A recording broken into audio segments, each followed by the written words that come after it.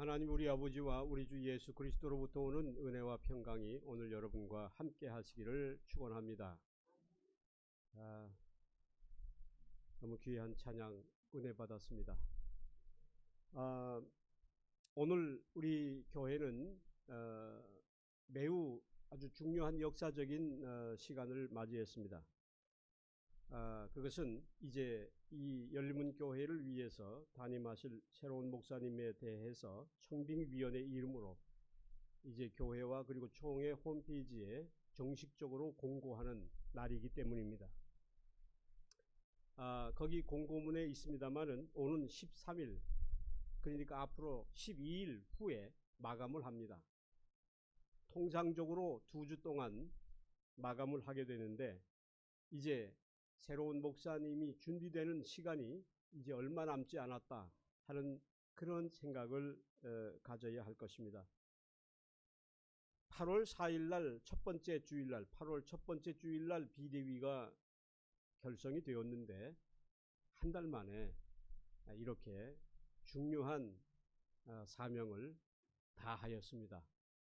제가 모두 발언을 통해서 비대위원들에게 8월 말까지 준비해 주십시오 이렇게 말씀을 드렸는데 우리 비대위 여러분들께서 정말 수고를 많이 하셨습니다. 어떤 때는 주일날 5시가 가까이 될 때까지도 모여서 회의를 하고 회의를 거듭한 끝에 이제 오늘 이와 같은 결과를 우리 교회 앞에 이제 공고하게 되었다는 것입니다.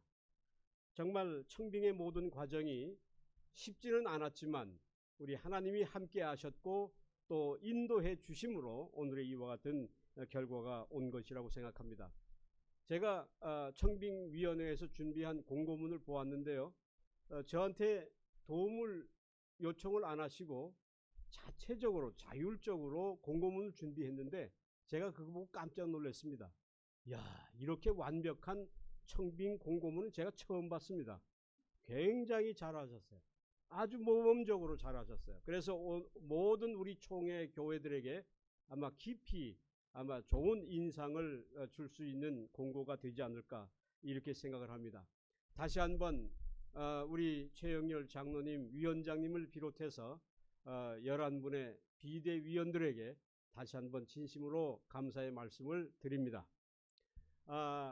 청빙위원회, 비대위원회 왜 이렇게 명칭이 자꾸 헷갈리는데 그게 무슨 뜻입니까? 네, 그거는 비대위원회가 관장할 업무 가운데 청빙 업무가 있기 때문에 그렇게 부르는 것입니다. 그래서 비대위원회에서 준비하였지만 이제 오늘로부터는 청빙위원회로서 즉 대외 관계를 우리가 총회와 긴밀하게 협조해서 이제 좋은 목적을 우리가 이루고 열린문 교회를 살아가시는 하나님의 뜻을 함께 우리가 나누는 그러한 날을 기다리면서 우리가 정말 하나님의 은혜를 위해서 같이 하기 위해서 우리가 한 마음으로 기도해 주시기를 바랍니다. 특별히 감사하는 것은 이런 어려운 시기 속에서도 우리 새벽 기도회를 포함해서 금요 기도회를 포함해서 수요 예배를 통해서 많은 분들이 전보다 더 많이 모여서 기도한다고 하는 이러한 사실입니다. 이건 정말로 놀라운 일이고 하나님의 축복이 아니고는 이런 일이 있을 수가 없습니다. 어려움 속에서 우리가 더 한 마음으로 기도할 때 하나님께서 함께 하시고 우리의 모든 기도를 응답해 주신다고 했습니다. 오늘 제가 읽은 마태복음 18장에 저의 이야기가 아니라 바로 예수님이 그렇게 말씀하셨습니다.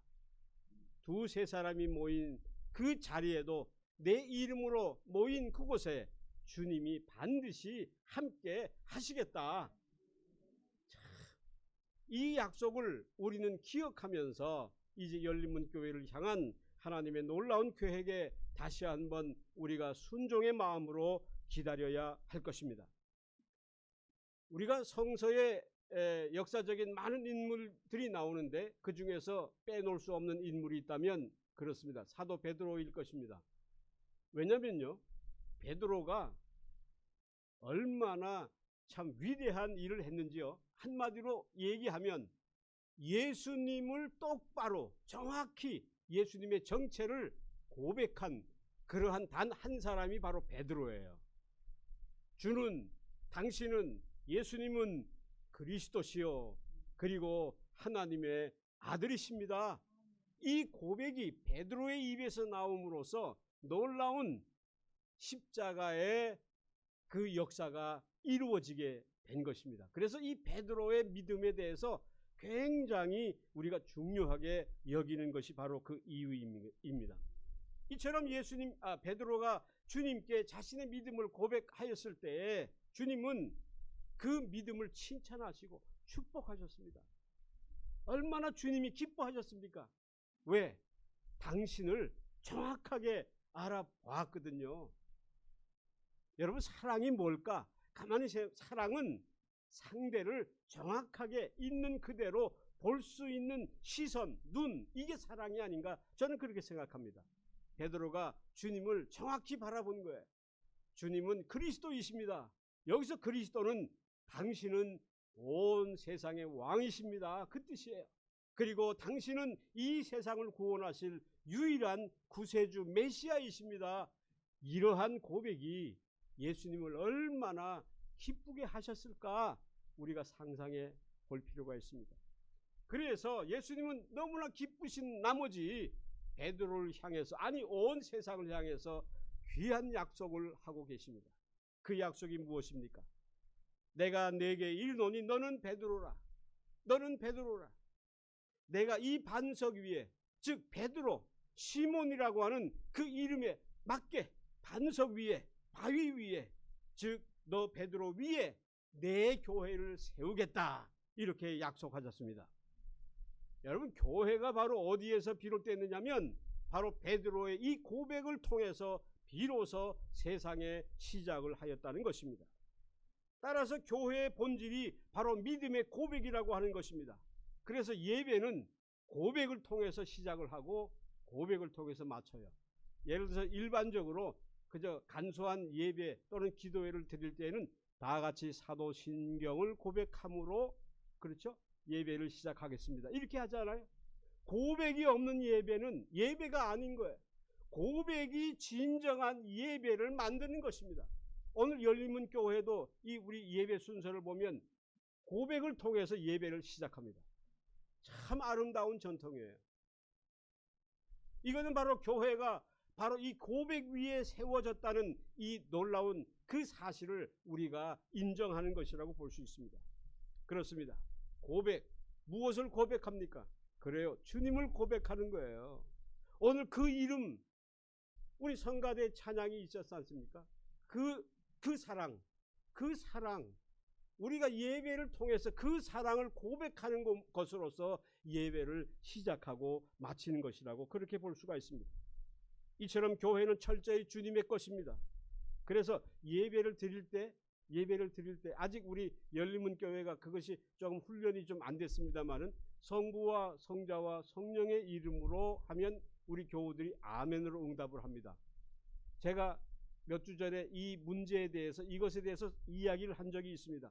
성부와 성자와 성령의 이름으로 예배를 드리는 이유는 바로 내가 바로 성부와 성자와 성령의 이름으로 세례받았기 때문입니다.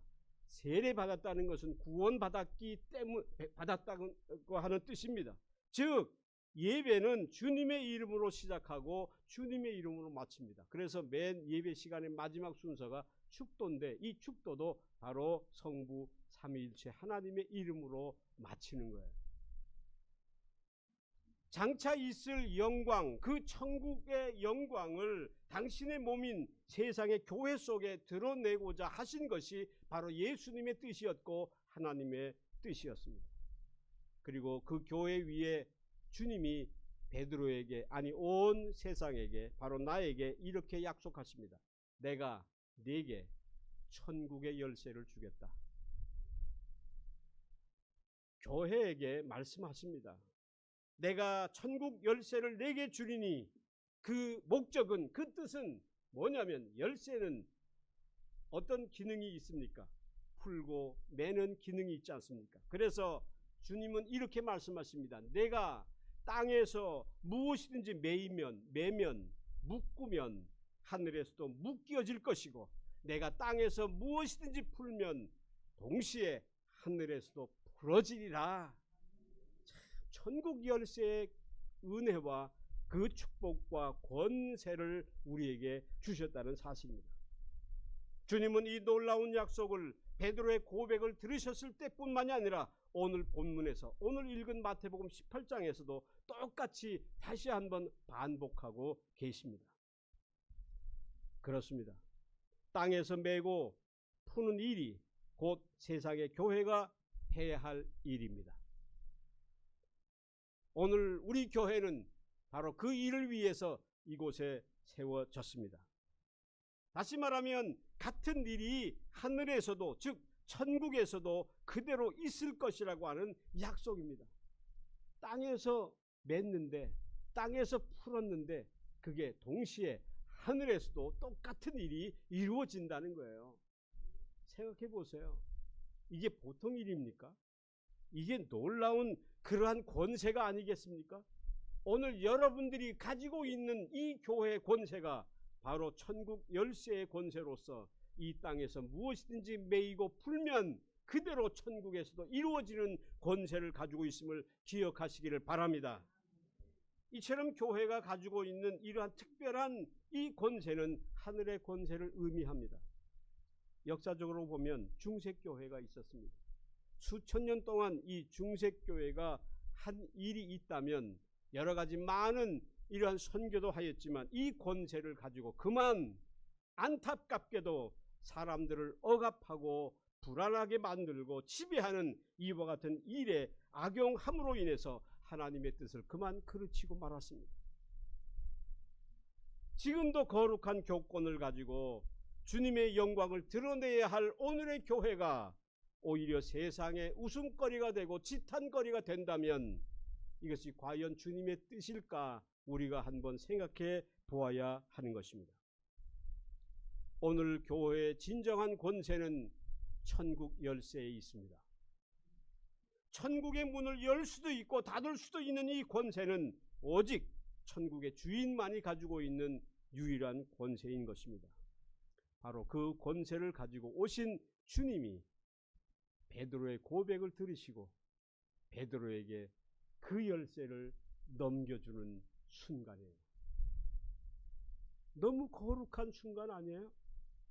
하늘의 그 권세를 이 땅에 있는 교회에게 그대로 넘겨주는 권세, 그것이 오늘 읽은 이 본문의 내용입니다. 주님은 이처럼 진정한 천국의 주인으로 세상에 오셨습니다. 예수님은 인간의 죄를 위하여 십자가에서 돌아가실 죽음의 권세도 가지고 계셨지만 동시에 예수님은 죽음에서 다시 사실 생명의 권세까지 동시에 가지고 계시는 분입니다. 오늘 그렇기 때문에 우리는 그 이름을 찬양하지 않을 수가 없어요. 그 이름을 우리가 우리 입술로 고백하지 않을 수가 없는 것입니다. 세상의 죄에 대하여 끝없는 자비와 자비를 가지고 용서하실 권세도 가지고 계시지만 동시에 그 죄를 심판하여 정죄할 권세도 가지고 계시는 분입니다. 바로 주님은 이 주님의 당신의 권세를 놀랍게도 이 열림문 교회에 허락하셨다는 사실입니다. 꼭 기억하시기 바랍니다. 오늘 우리 교회는 그 권세를 가지고 정말 주님의 뜻에 합당하게 사용할 때에 주님이 기뻐하실 줄로 믿습니다. 맬 수도 있고 또 풀 수도 있는 교회의 권세는 오직 주님의 권세는 오직 주님에게 있음을 인정하고 우리는 그 뜻대로 주님의 뜻대로 그것을 행사하도록 위임을 받은 것입니다. 그래서 오늘 본문 마태복음 18장을 보면 전반부, 후반부 이렇게 두 가지의 내용으로 나눌 수가 있는데 전반부는 교회의 형제 중에 어떤 이가 범죄하였을 때 권고하는 문제를 말씀하고 있습니다. 잘못을 책망하는 교회와 성도는 그 형제의 눈 속에서 티를 빼는 일과 같이 은밀하고 그리고 아주 조심스럽게 그렇게 은밀하게 부드럽게 해야 한다는 것입니다. 여러분 눈에서 티를 떼본 경험이 다 있으시죠? 어떻게 하세요? 막 힘 주어가지고 빼십니까? 아니죠. 조심스럽게 하지 않습니까? 아주 은밀하게 하는 것처럼 바로 교회가 그러한 권세를 그런 방법으로 사용해야 한다는 것입니다. 공개적인 책망은 마음의 원한을 갖게 하지만 개인적으로 은밀하게 하는 책망은 오히려 그를 부끄럽게 만드는 것입니다. 은밀한 책망이 개인의 과오를 물을 수 있는 아주 지혜로운 방법이라고 하는 사실을 우리가 여기에서 깨달아야 하는 것입니다. 이처럼 주님의 권세를 인정하는 교회는 다른 사람을, 다른 형제를 책망하기 전에 먼저 자신을 살피는 그러한 습관을 가져야 하는 것입니다. 이처럼 교회의 권세에 대해서 설명하신 예수님은 후반절에서 더 중요한 오늘의 설교의 중심 메시지를 말씀하고 있습니다. 후반절에서 말씀하시기를 두세 사람이 합심해서 기도하면 그 기도를 내가 주님이 들으시겠다, 이 약속이에요. 그리고 두세 사람이 기도하고 모여서 기도할 때 어떻게 모여야 하냐면 예수님의 이름으로, 주님의 이름으로 모여야 하는데, 왜냐하면 주님의 이름으로 모였기 때문에 주님이 그곳에 계신다는 약속인 거예요. 오늘 우리 예배는 철저하게 예수님의 이름으로 모인 자리입니다. 더 얘기하면, 더 정확하게 성서적으로 말하면 삼위일체 하나님의 이름으로 모인 거예요. 성부와 성자와 성령의 이름으로 오늘 이 자리에 우리가 모인 것입니다. 이 약속은 세상을 심판하기 위한 임재가 아니고 오히려 자비와 긍휼을 위한 임재라고 저는 그렇게 믿습니다. 우리가 성서를 보면 구약이 있고 신약이 있는데, 우리가 구약 성서에서 만나는 하나님, 즉 이스라엘의 하나님의 모습과 신약의 예수 그리스도의 모습이 상당 부분에서 참 이 차이가 있음을 누구나 알게 됩니다. 구약의 이스라엘은 하나님의 임재를 상징하는 그 성막이라고 하는 천막, 성막, 거룩한 천막을 세우고 날마다 치고 거두는 일을 그들은 계속해서 반복해야 했습니다. 왜냐하면 그들은 광야에 살았기 때문입니다. 그러니까 오늘 이 자리가 내 영원한 자리가 아니에요. 내일은 저쪽으로 이사를 가야 돼요. 그래서 천막을 쳐야 하고 아침이 되면 천막을 또 거두어야 합니다. 여러분 상상해 보세요. 이게 그냥 간단한 일이겠습니까? 그 일을 그들은 고단하게 반복해야 했습니다. 모세는 호렙산에서 십계명 판을, 돌판을 하나님께 받았습니다. 그는 그 돌판을 받았을 때 혼자서 그곳에 있었고, 그리고 주변은 어둡고 침침한 산에 올라가야 했던 것입니다. 하나님을 만나는 그 자리가 매우 힘든 역경이 아닐 수가 없었습니다. 바람 소리와 짐승들의 울부짖는 이러한 소리는 그를 더욱 외롭게 하고 두렵게 했을 것입니다. 하나님의 얼굴을 본 자는 죽을 수밖에 없을 만큼 하나님의 임재는 너무나 사람과는 먼 곳에 있었습니다. 따라서 구약 시대의 하나님은 엄격하고 권위가 있어서 보통 사람은 엄두를 내지를 못했습니다. 성경에 보면 일반 제사장도 마찬가지였고, 특별히 제사장 중에 이제 지도자, 즉 대제사장이 있는데 이 대제사장만 1년에 딱 한 번 지성소에 들어가서 하나님을 배울 뿐이었습니다. 이게 구약 성경의 하나님의 임재였습니다. 그런데 이 엄격한 율법이 어떻게 되었습니까? 하나님이 먼저 이 율법을 스스로 깨셨습니다. 그리고 그 깨신 증거를 예수 그리스도를 세상에 보내신 거로 그렇게 하셨다는 거예요. 예수님이 오시지 않았다면 우리는 구약의 똑같은 그러한 신앙의 전통을 지켰어야 했을 것입니다. 세상에 일반 종교들이 많이 있지 않아요? 그 종교는 하나의 특징이 있는데 그게 뭐냐면 인간이 신을 찾아갑니다. 뭐 불교도 마찬가지죠. 뭐 모든 종교가 다 마찬가지. 인간이 신을 찾아갑니다. 그렇죠? 그런데 저와 여러분이 믿고 있는 이 기독교는 그 종교와 달라요. 정반대예요. 그래요. 우리 기독교는 놀랍게도 말이죠. 그 하나님이 나를 찾아오신 종교예요. 오늘 우리 예배가 왜 이렇게 귀하고 그리고 은혜가 충만한가 하면 그 주님이 나를 찾아오시는 시간이기 때문에 그렇다는 것입니다. 주님이 율법 대신에 복음을 가지고 인생을 찾아오셨습니다. 그래서 제가 이 교회 오기 전에 15년 동안 섬겼던 교회 이름이 복음교회인데요. 복음. 그 복음의 의미를 단적으로 우리가 이야기하라고 한다면 그냥 기쁜 소식이다 이렇게 이해하고 있는데 그거는 그냥 이름을 얘기하는 거고요. 복음의 진정한 콘텐츠는 뭐냐면 복음은 내가 하나님을 찾아가는 것이 아니라 반대로 하나님이 나 같은 죄인을 찾아오셨다는 이 소식이 바로 기쁜 소식이에요. 오늘 우리에게 그 복음이 없었다면 여러분이 하나님을 만날 수가 없을 것입니다. 결코 인간의 힘과 의지로는 우리가 주님을 배울 수가 없다는 거예요. 오늘 주님이 친히 말씀하고 계십니다. 두세 사람이라도 내 이름으로 모이는 곳에는 내가 그들 중에 있으리라. 주님의 이름으로 모이기 위해서 수십 명, 수백 명이 필요 없다는 거예요.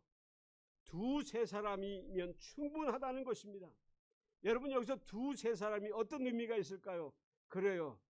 우리의 가족을 얘기하는 것이고 그렇죠. 가족, 식구들, 사랑하는 유일한 내 가족들이 모이는 그 자리에도 얼마든지 주님이 함께 하신다라고 하는 이러한 것입니다.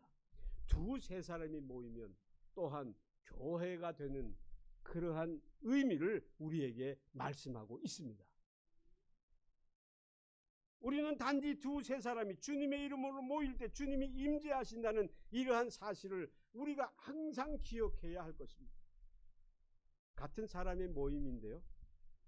두세 사람이 모이는 그 자리가 하나는 그냥 두세 사람의 모임이 될 수가 있지만 놀랍게도 두세 사람이 모였지만 예수님의 이름으로 모이면 그곳은 교회가 되는 거예요. 교회가 되는 거예요. 왜 우리가 가정 예배를 우리가 힘써 지켜야 되냐면 가정이 아니고 곧 교회이기 때문에 그렇다는 거예요. 왜? 두세 사람이 모였기 때문에. 그리고 모인 것이 중요한 게 아니라 예수님의 이름으로 모였기 때문에. 네. 이 둘은 모임이라고 하는 같은 형식을 가지고 있지만 여러분 세상이냐 천국이냐를 가름하는 척도가 바로 예수의 이름에 있다는 사실입니다. 그러므로 우리는 예수의 이름으로 모이고 흩어져야 하는 것입니다. 그 둘을 가르는 것이 바로 주님의 이름 때문에 있다는 사실을 기억하시기 바랍니다. 이 시간 우리가 주님의 이름으로 모인 이 우리들 중에 주님이 함께 계심을 믿는 것도 바로 이 주님의 약속 때문인 것입니다. 이건 제가 한 말이 아니에요. 예수님이 하신 말씀이에요. 따라서 이 약속은 틀림없는 약속입니다. 자, 모이면 예수님의 이름으로 모이면 어떤 일이 일어납니까? 바로 그렇게 되면 예수님은 내 옆에 계시고 그리고 놀랍게도 내 마음의 중심에 예수님이 계시는 일이 일어납니다. 오늘 우리가 예배를 드리기 전에 먼저 우리 성도들과 문안하고 사랑할 때 예수님의 이름으로 예수님의 사랑으로 예수님의 이름으로 축복하고 사랑하고 왜 이런 인사를 하는가 하면 바로 그곳에 바로 예수님이 계시기 때문인 거예요. 여러분 우리가 예배를 열심히 드리는데 만약에 뭐 그럴 일도 없지만 만약에 예수님이 이 자리에 안 계셔 우리끼리만 예배 드리고 흩어져 진정한 예배라고 볼 수가 없을 것입니다. 진정한 예배는 주님과 함께하는 예배이기 때문인 거예요. 여기에는 특별한 차별이 필요 없습니다. 차별이 있을 수가 없는 거예요. 키가 큰 사람도 있고 작은 사람도 있고 젊은 사람도 있고 연로한 사람도 있을 거예요. 남자도 있고 여자도 있고 가진 자도 있는가 하면 못 가진 자도 이곳에 있어야 하는 거예요. 이 모두가 예수님 안에서는 하나의 모든 교회가 되기 때문에 그렇습니다. 세상적인 차별은 절대로 교회에서 이루어져서는 안 됩니다. 교회는 예수님의 이름 때문에 진정으로 하나가 되는 그러한 공동체이기 때문에 그렇습니다. 또한 특별한 장소도 필요하지 않습니다. 장소가 중요하지 않죠. 주님의 이름 때문에 교회가 되는 것입니다. 초대교회 2000년 전에 주님의 이름으로 죽음의 위협을 무릅쓰고 사람들이 어둠침침한 지하 동굴에 모여 있었을 때 놀랍게도 주님의 찬란한 영이 그들과 함께 하였습니다. 초대교회 역사를 보면 이 사실을 우리가 분명히 고백할 수밖에 없어요. 그렇게 성장한 중세교회는 날이 갈수록 어떻게 되었습니까? 어떻게 되었는가 하면 더 화려하고 더 웅장한 치장을 하였는데, 그런데 그 치장이 주님의 이름보다 더 자랑거리를 삼았습니다. 그래서 우리가 중세교회 유럽 같은 데 가면 너무너무 화려한 이 성전을 보게 됩니다. 중요한 건 화려한 그 건물과 치장이 아니라 그들 속에 있어야 할 그 주님의 이름이 바로 교회를 교회되게 한다는 것입니다. 더 많은 사람들이 북적거려야 주님이 임재할 것이라고 가르쳤습니다. 교회 건물이 더 높아가고 더 고급스러워졌지만 놀랍게도 반대로 사람의 영혼은 점점점 메말라 가고 말았습니다.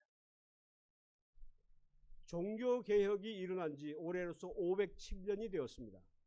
과연 507년이 된 지금 어쩌면 오늘 우리의 교회가 중세교회의 향수를 떠올리고 있지는 않은지 한번 되돌아보아야 할 것입니다. 교회를 이루는 것은 건물이 아닙니다. 교회를 이루는 것은 철저하게 말씀입니다. 교회 콘텐츠는 말씀밖에는 없어요. 말씀 때문에 우리가 이 자리에 모였고 말씀 때문에 우리는 이것을 가지고 세상을 향하여 나가는 것입니다. 말씀 가운데 주님이 나에게 오셔서 당신의 영으로 우리를 이끌어 가십니다. 우리는 함께 믿음을 고백하는 교회 공동체 안에서 바로 주님을 만나야 할 것입니다. 오늘도 이 시간 주님은 당신의 교회를 방문하고 계십니다. 바로 열림은 교회에 함께 하십니다. 바로 여러분의 옆자리에 앉아 계십니다. 그 주님을 바라보아야 하겠습니다. 내가 교회에 속해 있는 유일한 근거는 이처럼 예수님의 이름 때문임을 고백하십시다. 사람은요, 이름 때문에 살고 이름 때문에 죽는 존재다, 이 말에 모두가 동의할 것입니다. 그래서 사람이 제일 먼저 만나면 뭘 하죠? 통성명을 합니다. 그렇죠? 이름을 우리가 서로 부릅니다. 그렇게 함으로써 그 두 사람의 만남이 이어지는 거예요. 그래서 상대방의 이름을 기억하고 불러주는 일이 굉장히 중요합니다. 사실 목회의 가장 본질이 뭐냐면 교인들의 이름을 불러주고 기억해주고 하는 거예요. 왜냐하면 그럴 때 바로 예수님의 사랑을 느낄 수가 있기 때문에 그런 것입니다. 그래서 굉장히 그래서 목사들이 70세 은퇴를 반드시 해야 되는 이유가 있어요. 왜냐하면 70 넘어가면요, 이름을 못 외워요. 완전히 헷갈려요. 그러면 나는 괜찮은데 잘못 이름을 부르면 그 상대방이 상처를 입지 않습니까? 그래서 70세 그만두어야 된다. 저는 그렇게 생각합니다. 이처럼 이름이 굉장히 중요한데 우리는 이 이름 두자 또는 석자를 위해서 자신의 모든 것을 걸고 살아가는 존재라는 것입니다. 맞죠? 맞아요. 네. 이름은 어떻게 짓습니까? 어떤 마음으로 짓습니까? 그래요. 아마 똑같은 마음일 거예요. 인지상정이라고. 이름은 자식을 낳았을 때 이름을 지을 때 어떻게 짓냐면 내 자식이 높임을 받도록 하기 위해서 짓지 않습니까? 그렇죠? 안 그런가 봐요. 이와 똑같아요. 오늘 우리 예수님이 우리에게서 높임을 받으시기 위해서 예수님의 이름으로 우리가 모이기를 기뻐하십니다. 우리가 예수님의 이름으로 모였기 때문에 우리가 그 모임 때문에 예수님이 높임을 받으시는 거예요. 우리가 찬양이라는 단어를 많이 쓰잖아요. 찬양이라는 두 글자. 이 찬양은 철저하게 이름을 부르는 거예요. 이름을 부르는 것이 찬양이에요. 거기에 멜로디를 넣고 가사를 만들어서 그렇지 찬양은 예수님의 이름을 부르는 거예요. 오늘 우리가 예수님의 이름을 부르고 이 예배를 시작하는 것과 똑같다는 거예요. 왜 그렇습니까? 왜 이름을 부릅니까? 왜 부르냐면 이름을 부를 때 주님의 영광을 나타내시기 위하여 우리가 주님의 이름을 부를 때 예수님은 당신의 영광을 나타내시기 위하여 내 기도를 응답해 주십니다. 할렐루야. 그러니까 우리가 말하자면 하나님의 은혜를 받는 모든 그 은혜는 뭐냐면 나의 기도의 응답, 즉 내 기도가 상달되었을 때 우리가 은혜를 받지 않습니까? 그런데 그 응답이 어디에서 왔냐면 우리가 예수의 이름을 불렀기 때문에 가능한 거라 이 말이에요. 왜? 예수님은 당신의 이름을 위해서 그렇게 응답하신다는 거예요. 그렇구나. 내가 무엇을 먹고 마시든 어떤 일을 하든지 우리는 주님의 이름으로 해야 합니다. 어떤 일을 하든지 그분의 이름을 높여드리기 위해서 우리는 나를 그 이름 앞에서 낮춰야 합니다. 성도는 예수님께 너무나 철저히 알려져 있는 존재입니다. 이게 무슨 말인가?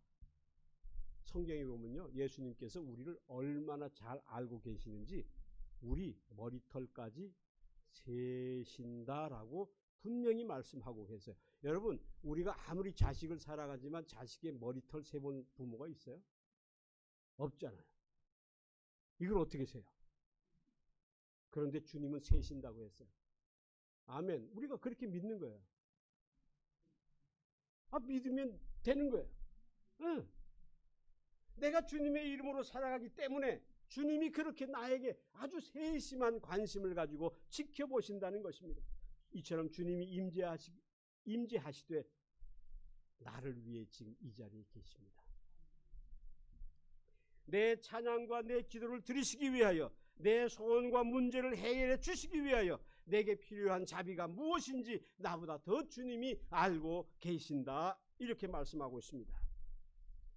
주님은요, 셀 수 없이 많은 사람이 이 세상에 살고 있지만 그 가운데서 두세 사람을 소중히 여기시는 분이라고 했습니다. 우리가 많은 성도들이 의심하거나 또는 잘 믿지 못하는 그게 있어요. 그게 뭔지 아세요? 세상에 이렇게 많은 사람들이 예수님의 이름으로 기도하면 주님이 어떻게 다 그거 기억하시겠어? 그거 불가능한 일이 아니겠느냐라고 생각합니다. 그런데 그렇지 않습니다. 우리가 성경을 보면 그렇지 않아요. 오늘 그것을 분명히 오늘 주님이 말씀하고 있지 않습니까? 두세 사람. 사랑하는 여러분, 성도는 세상에서 하늘의 권세로 살아가는 사람들입니다. 이 땅에서 메고 푸는 일들이 천국과 다르지 않습니다. 이 땅에서 주님과 동행하면요, 이 땅에서 예수님의 이름으로 살면요, 이 땅에 내가 예수 믿으면서 예수의 이름으로 살면 당연히 천국에서도 똑같이 이루어진다는 것입니다. 오늘도 나와 함께 하시기 위하여 이 예배 가운데 오십니다. 그래서 성도들이요, 예배를 소중히 여기는 이유가 여기 있어요. 왜냐하면 예배야말로 예수님의 이름으로 드릴 수 있는 가장 최상의 시간이기 때문에 그렇습니다. 물론 세상에 살아가면서도 우리가 이름을 많이 부를 수 있지만 특히 예배 시간은 예수님의 이름으로 시작하고 예수님의 이름으로 마치지 않습니까? 생명을 솟게 하는 말씀으로, 그리고 언약 가운데 주신 성찬으로, 그리고 찬송과 기도로 드리는 예배 가운데 주님의 이름이 오늘 우리에게서 높임을 받으십니다. 오늘 이제 주님의 이름을 함께 높여가는 저와 여러분 되시기를 바라며, 오늘 이 예배 자리에, 그리고 우리가 살아가는 우리의 가정에 정말 주님이 임재하셔서 주님과 늘 동행하시는, 함께 하시는 우리 열린문 가족이 되시기를 주의 사랑으로 축복합니다. 아멘. 모든 지각 위에 뛰어나신 하나님의 평강이 오늘 여러분과 같이 하시기를 간절히 바랍니다.